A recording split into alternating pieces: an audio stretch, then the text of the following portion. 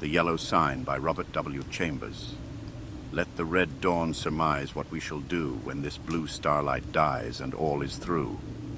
There are so many things which are impossible to explain. Why should certain chords in music make me think of the brown and golden tints of autumn foliage? Why should the Mass of Saint-Cécile send my thoughts wandering among caverns whose walls blaze with ragged masses of virgin silver? What was it in the roar and turmoil of Broadway at 6 o'clock that flashed before my eyes the picture of a still Breton forest, where sunlight filtered through spring foliage and Sylvia bent, half curiously, half tenderly, over a small green lizard, murmuring, "To think that this is also a little ward of God." When I first saw the watchman, his back was toward me. I looked at him indifferently until he went into the church. I paid no more attention to him than I had to any other man who lounged through Washington Square that morning, and when I shut my window and turned back into my studio, I had forgotten him. Late in the afternoon, the day being warm, I raised the window again and leaned out to get a sniff of the air. A man was standing in the courtyard of the church, and I noticed him again with as little interest as I had that morning. I looked across the square to where the fountain was playing, and then, with my mind filled with vague impressions of trees, asphalt drives, and the moving groups of nursemaids and holidaymakers, I started to walk back to my easel. As I turned, my listless glance included the man below in the churchyard. His face was toward me now, and with a perfectly involuntary movement I bent to see it. At the same moment he raised his head and looked at me. Instantly I thought of a coffin worm. Whatever it was about the man that repelled me, I did not know. But the impression of a plump white grave worm was so intense and nauseating that I must have shown it in my expression, for he turned his puffy face away with a movement which made me think of a disturbed grub in a chestnut. I went back to my easel and motioned the model to resume her pose. After working a while, I was satisfied that I was spoiling what I had done as rapidly as possible, and I took up a palette knife and scraped the color out again. The flesh tones were sallow and unhealthy, and I did not understand how I could have painted such sickly color into a study which before that had glowed with healthy tones. I looked at Tessie. She had not changed, and the clear flush of health dyed her neck and cheeks as I frowned. "Is it something I've done?" she said. "No. I've made a mess of this arm, and for the life of me I can't see how I came to paint such mud as that into the canvas," I replied. "Don't I pose well?" she insisted. "Of course, perfectly." "Then it's not my fault." "No, it's my own." "I'm very sorry," she said. I told her she could rest while I applied rag and turpentine to the plague spot on my canvas, and she went off to smoke a cigarette and look over the illustrations in the Courrier Français. I did not know whether it was something in the turpentine or a defect in the canvas, but the more I scrubbed, the more that gangrene seemed to spread. I worked like a beaver to get it out, and yet the disease appeared to creep from limb to limb of the study before me. Alarmed, I strove to arrest it, but now the color on the breast changed, and the whole figure seemed to absorb the infection as a sponge soaks up water. Vigorously I plied palette knife, turpentine, and scraper, thinking all the time what a séance I should hold with Duval, who had sold me the canvas. But soon I noticed that it was not the canvas which was defective, nor yet the colors of Edward. "It must be the turpentine," I thought angrily, "or else my eyes have become so blurred and confused by the afternoon light that I can't see straight." I called Tessie, the model. She came and leaned over my chair, blowing rings of smoke into the air. "What have you been doing to it?" she exclaimed. "Nothing," I growled. "It must be this turpentine." "What a horrible color it is now," she continued. "Do you think my flesh resembles green cheese?" "No, I don't," I said angrily. "Did you ever know me to paint like that before?" "No, indeed." "Well, then, it must be the turpentine or something," she admitted. She slipped on a Japanese robe and walked to the window. I scraped and rubbed until I was tired, and finally picked up my brushes and hurled them through the canvas with a forcible expression, the tone alone of which reached Tessie's ears. Nevertheless, she promptly began. "That's it. Swear and act silly and ruin your brushes. You have been 3 weeks on that study, and now look. What's the good of ripping the canvas? What creatures artists are." I felt about as much ashamed as I usually did after such an outbreak, and I turned the ruined canvas to the wall. Tessie helped me clean my brushes and then danced away to dress. From the screen, she regaled me with bits of advice concerning whole or partial loss of temper, until, thinking perhaps I had been tormented sufficiently, she came out to implore me to button her waist where she could not reach it on the shoulder. "Everything went wrong from the time you came back from the window and talked about that horrid-looking man you saw in the churchyard," she announced. "Yes, he probably bewitched the picture," I said, yawning. I looked at my watch. "It's after 6, I know," said Tessie, adjusting her hat before the mirror. "Yes," I replied. "I didn't mean to keep you so long." I leaned out the window but recoiled with disgust, for the young man with the pasty face stood below in the churchyard. Tessie saw my gesture of disapproval and leaned from the window. "Is that the man you don't like?" she whispered. I nodded. "I can't see his face, but he does look fat and soft. Some way or other," she continued, looking at me, "he reminds me of a dream, an awful dream I once had. Or," she mused, looking down at her shapely shoes, "was it a dream after all? How should I know?" I smiled. Tessie smiled in reply. "You were in it," she said, "so perhaps you might know something about it." "Tessie! Tessie!" I protested. "Don't you dare flatter by saying you dream about me." "But I did," she insisted. "Shall I tell you about it?" "Go ahead," I replied, lighting a cigarette. Tessie leaned back on the open windowsill and began very seriously. "One night last winter I was lying in bed thinking about nothing at all in particular. I had been posing for you and I was tired out, yet it seemed impossible for me to sleep. I heard the bells in the city ring 10, 11, and midnight.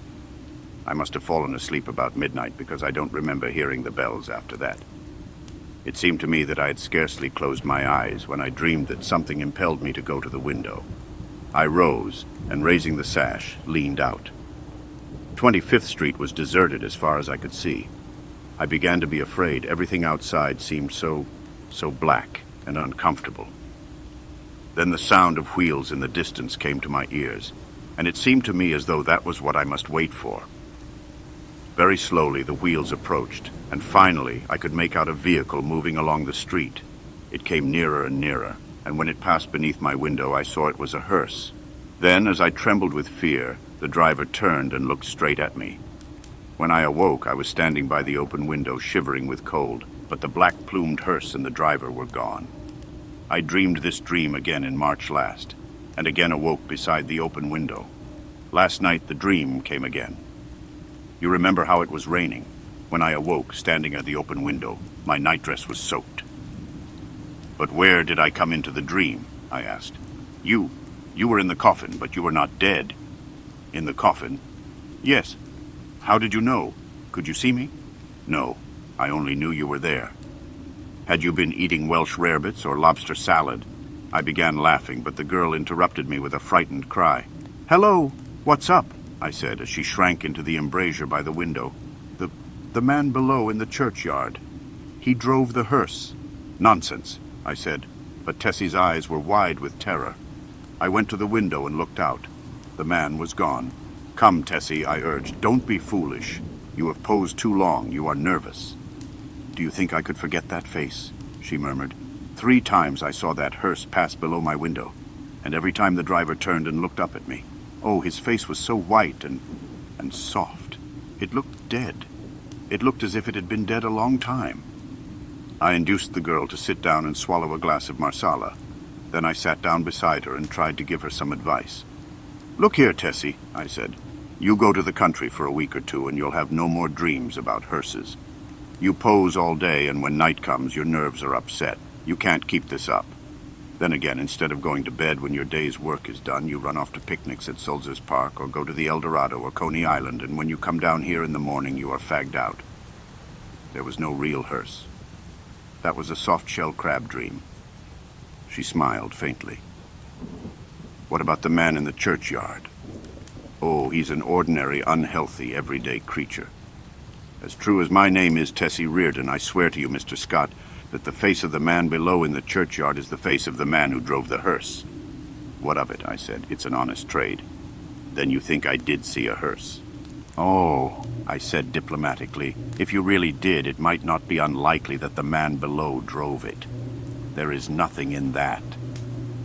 Tessie rose, unrolled her scented handkerchief, and taking a bit of gum from a knot in the hem, placed it in her mouth. Then, drawing on her glove, she offered me her hand with a frank "Good night, Mr. Scott," and walked out. The next morning, Thomas, the bellboy, brought me the Herald and a bit of news. The church next door had been sold. I thanked heaven for it, not that being a Catholic I had any repugnance for the congregation next door, but because my nerves were shattered by a blatant exhorter, whose every word echoed through the aisle of the church as if it had been my own rooms, and who insisted on his R's with a nasal persistence which revolted my every instinct. Then, too, there as a fiend in human shape, an organist, who reeled off some of the grand old hymns with an interpretation of his own, and I longed for the blood of a creature who could play the doxology with an amendment of minor chords, which one hears only in a quartet of very young undergraduates. I believe the minister was a good man, but when he bellowed, "And the Lord said unto Moses, the Lord is a man of war, the Lord is his name. My wrath shall wax hot, and I will kill you with the sword," I wondered how many centuries of purgatory it would take to atone for such a sin. "Who bought the property?" I asked Thomas. "Nobody that I knows, sir. They do say the gent what owns this here Hamilton Flats was looking at it. He might be a-building more studios." I walked to the window. The young man with the unhealthy face stood by the churchyard gate, and at the mere sight of him the same overwhelming repugnance took possession of me. "By the way, Thomas," I said, "who is that fellow down there?" Thomas sniffed. "That there worm, sir.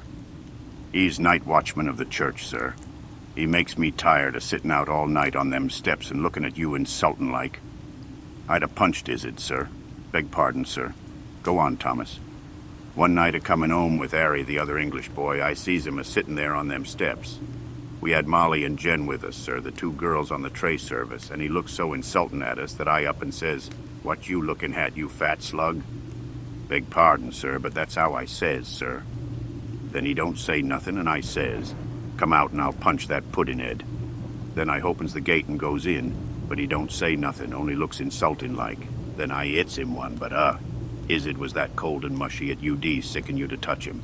"What did he do then?" I asked curiously. "Him? Naughtin'. And you, Thomas?" The young fellow flushed in embarrassment and smiled uneasily. "Mr. Scott, sir, I ain't no coward, and I can't make it out at all why I run. I was with the 5th Lancers, sir, bugler at Tel El Kabir, and was shot by the Wells. You don't mean to say you ran away?" "Yes, sir, I run. Why?" "That's just what I want to know, sir. I grabbed Molly and run, and the rest of us just as frightened as I. But what were they frightened at?" Thomas refused to answer for a while, but now my curiosity was aroused about the repulsive young man below, and I pressed him. 3 years' sojourn in America had not only modified Thomas's Cockney dialect, but had given him the American's fear of ridicule. "You won't believe me, Mr. Scott, sir?" "Yes, I will. You will laugh at me, sir." "Nonsense." He hesitated. "Well, sir, it's God's truth that when I hit him, he grabbed me wrists, sir. And when I twisted his soft, mushy fist, one of his fingers come off in me, and—" The utter loathing and horror of Thomas's face must have been reflected in my own, for he added, "It's awful. And now when I see him, I just go away. He makes me hill." When Thomas had gone, I went to the window. The man stood beside the church railing with both hands on the gate, but I hastily retreated to my easel again, sickened and horrified, for I saw that the middle finger of his right hand was missing. At 9 o'clock, Tessie appeared and vanished behind the screen with a merry "Good morning, Mr. Scott." While she had reappeared and taken her pose upon the model stand, I started a new canvas, much to her delight. She remained silent as long as I was on the drawing, but as soon as the scrape of the charcoal ceased and I took up my fixative, she began to chatter. "Oh, I had such a lovely time last night. We went to Tony Pastor's." "Who are we?" I demanded. "Oh, Maggie, you know, Mr. White's model, and Pinky McCormick. We call her Pinky because she's got that beautiful red hair you artists like so much. And Lizzie Burke." I sent a shower of fixative over the canvas and said, "Well, go on." We saw Kelly and Baby Barnes, the skirt dancer, and all the rest. I made a mash. "Then you have gone back on me, Tessie?" She laughed and shook her head. "He's Lizzie Burke's brother, Ed. He's a perfect gentleman." I felt constrained to give her some parental advice concerning mashing, which she took with a bright smile. "Oh, I can take care of a strange mash," she said, examining her chewing gum. "But Ed is different. Lizzie is my best friend." Then she related how Ed had come back from the stocking mill in Lowell, Massachusetts, to find her and Lizzie grown up, and what an accomplished young man he was, and how he thought nothing of squandering $50 for ice cream and oysters to celebrate his entry as clerk into the woolen department of Macy's. Before she finished, I began to paint, and she resumed the pose, smiling and chattering like a sparrow. By noon, I had the study fairly well rubbed in, and Tessie came to look at it. "That's better," she said. I thought so too, and ate my lunch with a satisfied feeling that all was going well. Tessie spread her lunch on a drawing table opposite me, and we drank our claret from the same bottle and lighted our cigarettes from the same match. I was very much attached to Tessie. I had watched her shoot up into a slender but exquisitely formed woman from a frail, awkward child. She had posed for me during the last 3 years, and among all my models, she was my favorite. It would have troubled me very much indeed had she become tough or fly, as the phrase goes, but I had never noticed any deterioration of her manner, and felt at heart that she was all right. She and I never discussed morals at all, and I had no intention of doing so, partly because I had none myself, and partly because I knew she would do what she liked in spite of me. Still, I did hope she would steer clear of complications, because I wished her well, and then also I had a selfish desire to retain the best model I had. I knew that mashing, as she termed it, had no significance with girls like Tessie, and that such things in America did not resemble in the least the same things in Paris. Yet, having lived with my eyes open, I also knew that somebody would take Tessie away someday in one manner or another, and though I professed to myself that marriage was nonsense, I sincerely hoped that, in this case, there would be a priest at the end of the vista.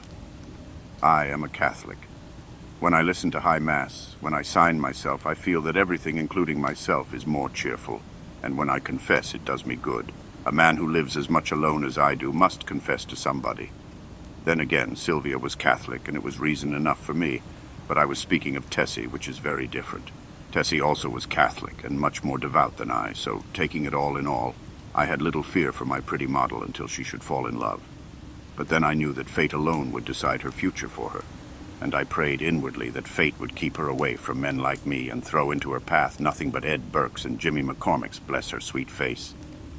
Tessie sat blowing smoke up to the ceiling and tinkling the ice in her tumbler. "Do you know, kid, that I also had a dream last night," I observed. I sometimes called her the kid. "Not about that man," she laughed. "Exactly, a dream similar to yours, only much worse. It was foolish and thoughtless of me to say this, but you know how little tact the average painter has.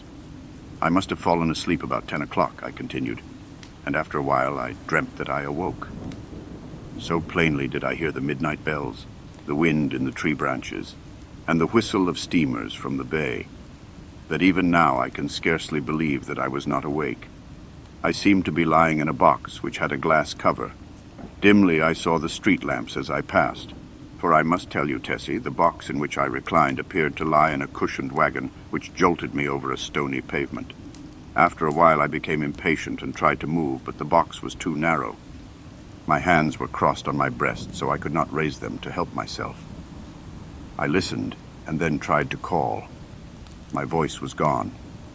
I could hear the trample of the horses attached to the wagon and even the breathing of the driver. Then another sound broke upon my ears like the raising of a window sash. I managed to turn my head a little and found I could look, not only through the glass cover of my box, but also through the glass panes in the side of the covered vehicle. I saw houses, empty and silent, with neither light nor life about any of them excepting one. In that house, a window was open on the first floor, and a figure all in white stood looking down into the street. It was you. Tessie had turned her face away from me and leaned on the table with her elbow. "I could see your face," I resumed, "and it seemed to me to be very sorrowful. Then we passed on and turned into a narrow black lane. Presently the horses stopped. I waited and waited, closing my eyes with fear and impatience, but all was silent as the grave. After what seemed to me hours, I began to feel uncomfortable. A sense that somebody was close to me made me unclose my eyes. Then I saw the white face of the hearse driver looking at me through the coffin lid. A sob from Tessie interrupted me. She was trembling like a leaf. I saw I had made an ass of myself and attempted to repair the damage. "Why, Tess," I said, I only told you this to show you what influence your story might have on another person's dreams. You don't suppose I really lay in a coffin, do you? What are you trembling for? Don't you see that your dream and my unreasonable dislike for that inoffensive watchman of the church simply set my brain working as soon as I fell asleep? She laid her head between her arms and sobbed as if her heart would break. What a precious triple donkey I had made of myself. But I was about to break my record. I went over and put my arm about her. "Tessie, dear, forgive me," I said. "I had no business to frighten you with such nonsense. You're too sensible a girl, too good a Catholic to believe in dreams." Her hand tightened on mine and her head fell back upon my shoulder, but she still trembled, and I petted her and comforted her. "Come, Tess, open your eyes and smile." Her eyes opened with a slow, languid movement and met mine, but their expression was so queer that I hastened to reassure her again. "It's all humbug, Tessie. You surely are not afraid that any harm will come to you because of that." "No," she said, but her scarlet lips quivered. "Then what's the matter? Are you afraid?" "Yes, not for myself." "For me, then?" I demanded gaily. "For you," she murmured in a voice almost inaudible. I care for you." At first I started to laugh, but when I understood her, a shock passed through me, and I sat like one turned to stone. This was the crowning bit of idiocy I had committed. During the moment which elapsed between her reply and my answer, I thought of 1,000 responses to that innocent confession. I could pass it by with a laugh. I could misunderstand her and reassure her as to my health. I could simply point out that it was impossible she could love me. But my reply was quicker than my thoughts, and I might think and think now when it was too late, for I had kissed her on the mouth. That evening I took my usual walk in Washington Park, pondering over the occurrences of the day. I was thoroughly committed. There was no back out now, and I stared the future straight in the face. I was not good, not even scrupulous, but I had no idea of deceiving either myself or Tessie. The one passion of my life lay buried in the sunlit forests of Brittany. Was it buried forever? Hope cried no. For 3 years I had been listening to the voice of hope, and for 3 years I had waited for a footstep on my threshold. Had Sylvia forgotten? "No," cried Hope. "I said that I was not good. That is true, but still I was not exactly a comic opera villain. I had led an easy-going, reckless life, taking what invited me of pleasure, deploring and sometimes bitterly regretting consequences. In one thing alone, except my painting, I was serious, and that was something which lay hidden, if not lost, in the Breton forests. It was too late now for me to regret what had occurred during the day. Whatever it had been, pity, a sudden tenderness for sorrow, of the more brutal instinct of gratified vanity, it was all the same now, and unless I wished to bruise an innocent heart, my path lay marked before me. The fire and strength, the depth of passion of a love which I had never even suspected, with all my imagined experience in the world, left me no alternative but to respond or send her away. Whether because I am so cowardly about giving pain to others, or whether it was that I have little of the gloomy Puritan in me, I do not know. But I shrank from disclaiming responsibility for that thoughtless kiss, and in fact had no time to do so before the gates of her heart opened, and the flood poured forth. Others who habitually do their duty and find a sullen satisfaction in making themselves and everybody else unhappy might have withstood it. I did not. I dared not. After the storm had abated, I did tell her that she might better have loved Ed Burke and worn a plain gold ring, but she would not hear of it. And I thought perhaps that as long as she had decided to love somebody she could not marry, it had better be me. I, at least, could treat her with an intelligent affection, and whenever she became tired of her infatuation, she could go none the worse for it. For I was decided on that point, although I knew how hard it would be. I remembered the usual termination of platonic liaisons and thought how disgusted I had been whenever I heard of one. I knew I was undertaking a great deal for so unscrupulous a man as I was, and I dreaded the future, but never for one moment did I doubt that she was safe with me. Had it been anybody but Tessie, I should not have bothered my head about scruples, for it did not occur to me to sacrifice Tessie as I would have sacrificed a woman of the world. I looked the future squarely in the face and saw the several probable endings to the affair. She would either tire of the whole thing or become so unhappy that I should have either to marry her or go away. If I married her, we would be unhappy. I with a wife unsuited to me, and she with a husband unsuitable for any woman. For my past life could scarcely entitle me to marry. If I went away, she might either fall ill, recover, and marry some Eddie Burke, or she might recklessly or deliberately go and do something foolish.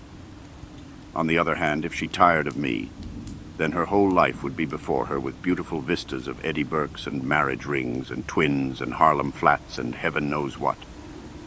As I strolled along through the trees by Washington Arch, I decided that she should find a substantial friend in me anyway, and the future could take care of itself.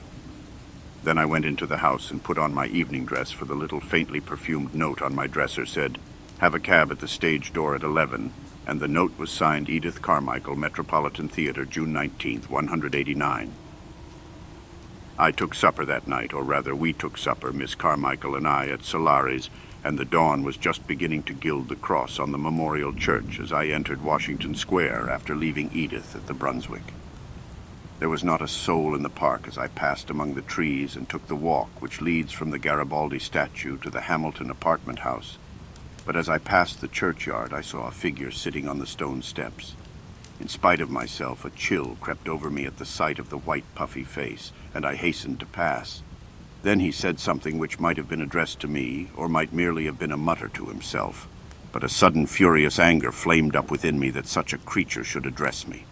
For an instant I felt like wheeling about and smashing my stick over his head, but I walked on, and entering the Hamilton went to my apartment. For some time I tossed about the bed trying to get the sound of his voice out of my ears, but could not. It filled my head, that muttering sound, like thick oily smoke from a fat-rendering vat or an odor of noisome decay. And as I lay and tossed about, the voice in my ears seemed more distinct, and I began to understand the words he had muttered. They came to me slowly, as if I had forgotten them, and at last I could make some sense out of the sounds. It was this: "Have you found the yellow sign? Have you found the yellow sign? Have you found the yellow sign?" I was furious. What did he mean by that? Then, with a curse upon him and his, I rolled over and went to sleep. But when I awoke later, I looked pale and haggard, for I had dreamed the dream of the night before, and it troubled me more than I cared to think. I dressed and went down into my studio. Tessie sat by the window, but as I came in, she rose and put both arms around my neck for an innocent kiss. She looked so sweet and dainty that I kissed her again and then sat down before the easel. "Hello, where's the study I began yesterday?" I asked. Tessie looked conscious but did not answer.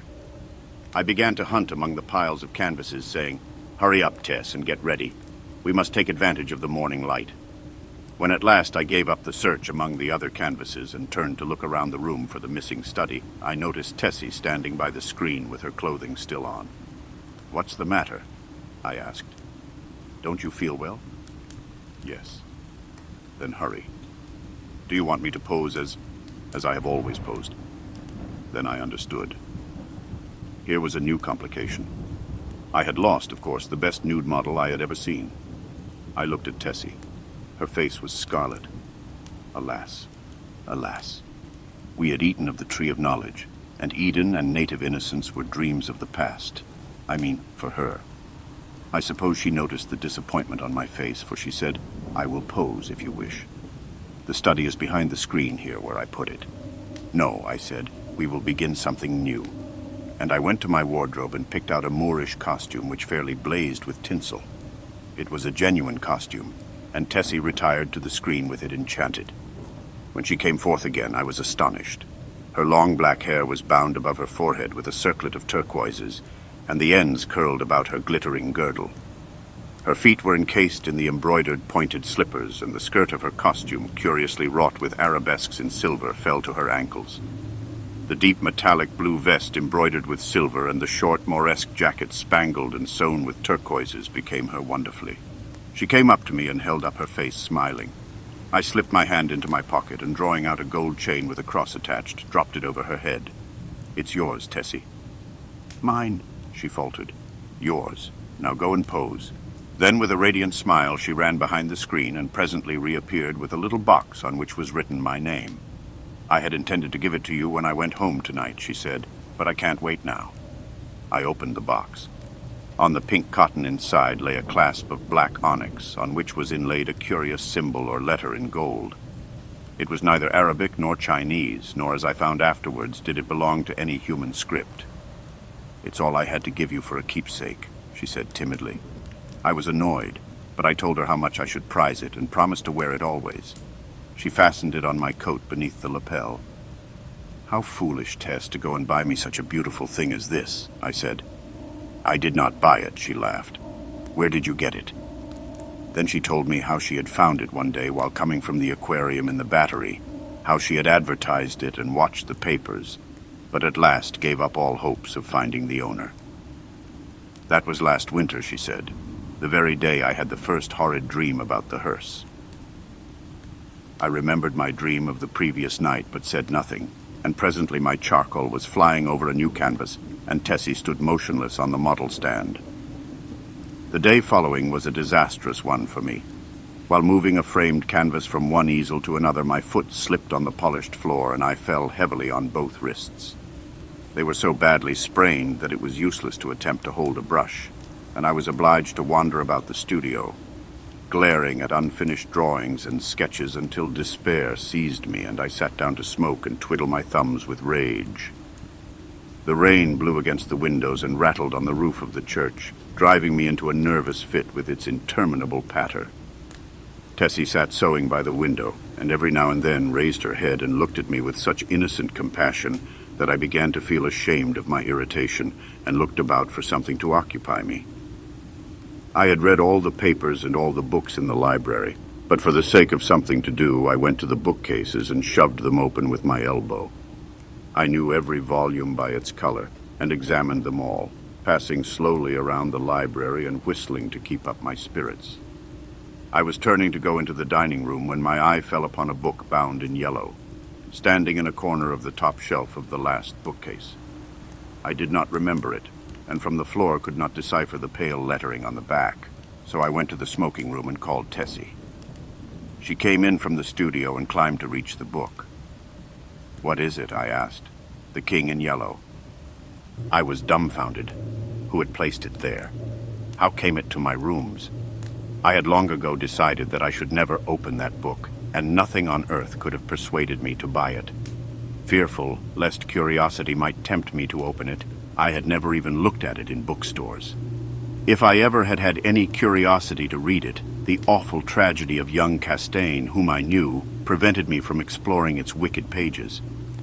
I had always refused to listen to any description of it, and indeed, nobody ever ventured to discuss the second part aloud, so I had absolutely no knowledge of what those leaves might reveal.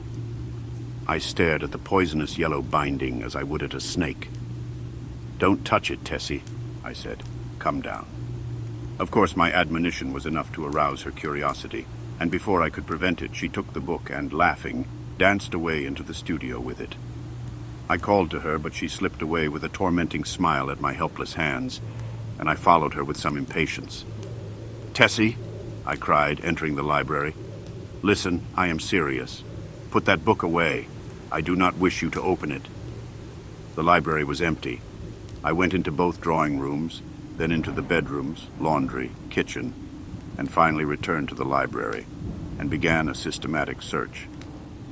She had hidden herself so well that it was half an hour later when I discovered her crouching white and silent by the latticed window in the storeroom above. At the first glance, I saw she had been punished for her foolishness. The King in Yellow lay at her feet, but the book was open to the second part. I looked at Tessie and saw it was too late. She had opened The King in Yellow. Then I took her by the hand and led her into the studio. She seemed dazed, and when I told her to lie down on the sofa, she obeyed me without a word. After a while, she closed her eyes, and her breathing became regular and deep, but I could not determine whether or not she slept. For a long while I sat silently beside her, but she neither stirred nor spoke, and at last I rose and, entering the unused storeroom, took the yellow book in my least injured hand. It seemed heavy as lead, but I carried it into the studio again, and sitting down on the rug beside the sofa, opened it and read it through from beginning to end. When, faint with the excess of my emotions, I dropped the volume and leaned wearily back against the sofa, Tessie opened her eyes and looked at me. We had been speaking for some time in a dull and monotonous strain before I realized that we were discussing the King in Yellow. Oh, the sin of writing such words. Words which are clear as crystal, limpid and musical as bubbling springs, words which sparkle and glow like the poisoned diamonds of the Medicis. Oh, the wickedness, the hopeless damnation of a soul who could fascinate and paralyze human creatures with such words, words understood by the ignorant and wise alike, words which are more precious than jewels, more soothing than heavenly music, more awful than death itself. We talked on, unmindful of the gathering shadows, and she was begging me to throw away the clasp of black onyx quaintly inlaid with what we now knew to be the yellow sign. I never shall know why I refused, though even at this hour, here in my bedroom as I write this confession, I should be glad to know what it was that prevented me from tearing the yellow sign from my breast and casting it into the fire. I'm sure I wished to do so, but Tessie pleaded with me in vain. Night fell and the hours dragged on, but still we murmured to each other of the king and the pallid mask, and midnight sounded from the misty spires in the fog-wrapped city. We spoke of Hastur and of Casilda, while outside the fog rolled against the blank window panes as the cloud waves roll and break on the shores of Hali. The house was very silent now, and not a sound from the misty streets broke the silence. Tessie lay among the cushions, her face a gray blot in the gloom, but her hands were clasped in mine, and I knew that she knew and read my thoughts as I read hers, for we had understood the mystery of the Hyades, and the phantom of truth was laid. Then as we answered each other, swiftly, silently, thought on thought, the shadows stirred in the gloom about us, and far in the distant streets we heard a sound. Nearer and nearer it came, the dull crunching of wheels, nearer, nearer, and yet nearer, and now outside the door it ceased, and I dragged myself to the window and saw a black-plumed hearse. The gate below opened and shut, and I crept shaking to my door and bolted it. But I knew no bolts, no locks could keep that creature out who was coming for the yellow sign. And now I heard him moving very softly along the hall. Now he was at the door, and the bolts rotted at his touch. Now he had entered. With eyes starting from my head, I peered into the darkness, but when he came into the room, I did not see him. It was only when I felt him envelop me in his cold, soft grasp that I cried out and struggled with deadly fury. But my hands were useless, and he tore the onyx clasp from my coat and struck me full in the face. Then, as I fell, I heard Tessie's soft cry, and her spirit fled to God, and even while falling, I longed to follow her, for I knew that the King in Yellow had opened his tattered mantle, and there was only Christ to cry to now. I could tell more, but I cannot see what help it will be to the world. As for me, I am past human help or hope. As I lie here writing, careless even whether or not I die before I finish, I can see the doctor gathering up his powders and phials with a vague gesture to the good priest beside me, which I understand. They will be very curious to know the tragedy, they of the outside world who write books and print millions of newspapers. But I will write no more, and the Father Confessor will seal my last words with the seal of sanctity when his holy office is done. They of the outside world may send their creatures into wrecked homes and death-smitten firesides, and their newspapers will batten on blood and tears. But with me, their spies must halt before the confessional. They know that Tessie is dead, and that I am dying. They know how the people in the house, aroused by an infernal scream, rushed into my room and found one living and two dead. But they do not know that the doctor said as he pointed to a horrible decomposed heap on the floor, the livid corpse of the watchman from the church. I have no theory, no explanation. That man must have been dead for months. I think I am dying. I wish the priest would